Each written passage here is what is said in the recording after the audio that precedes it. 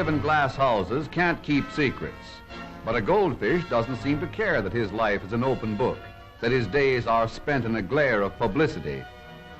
With fish below the ocean, it used to be a different matter. Deep in the ocean, a fish could feel safe from prying eyes. And now all that's been changed by underwater photography.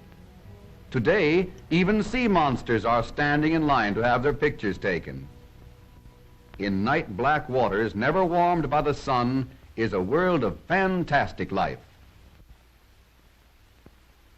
Here, for example, is the rosy feathered starfish, dancing jitterbug of the ocean floor.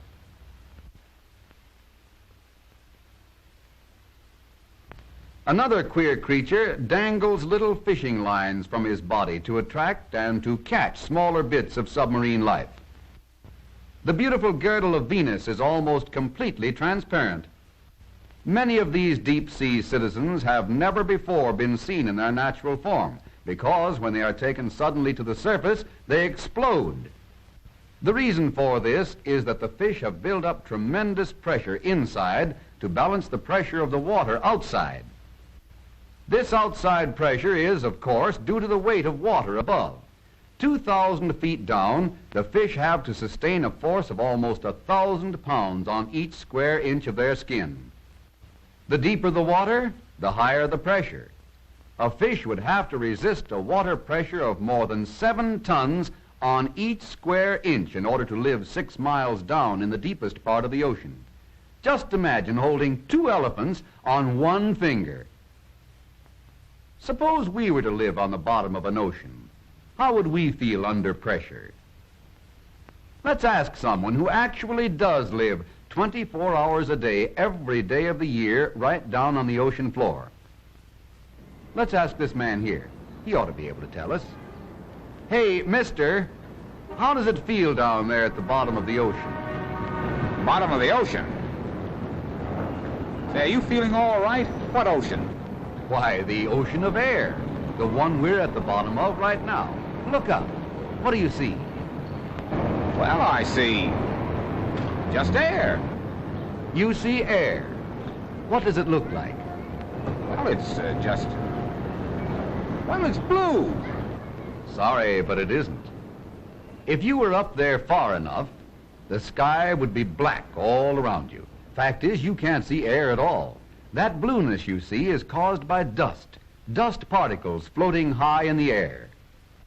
The ocean of air goes up at least 50 miles and may go even higher. And all that air presses down on us just like water in the ocean presses down on the fish. Yes, mister, we are all living at the bottom of an ocean of air at least 50 miles deep. There's lots and lots of air, and a good thing, too, because where would we be without it? We'd be in a vacuum. That's where we'd be. I got you that time. All right. What is a vacuum? That's simple.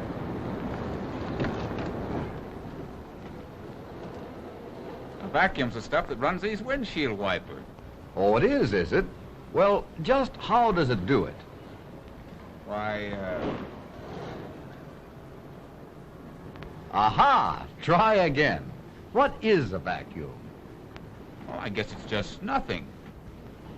If that's the case, then how can nothing run those windshield wipers? Well, you tell me. All right, I will.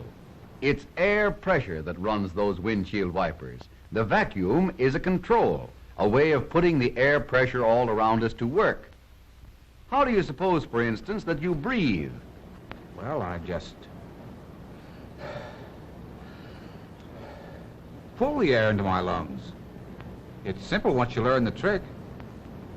I've known how ever since I was a baby. Sorry, but you're on the wrong track again. You really use the same principle that makes the engine in your car breathe. Makes my car breathe? Sure, your car uses vacuum control to make the normal air pressure all around force the air and gasoline into the carburetor and the engine. This is how it works. Each of the 6 cylinders in your engine acts as a pump, just as your chest muscles do. When a piston in the engine moves down, it makes more space inside the cylinder. A little smoke will show how the air rushes in to fill that empty space, with all the weight of the ocean of air behind it. So that's the way you and your car breathe. We can see another result of this pressure around us, about 15 pounds on each square inch, if we put a toy balloon inside a jar.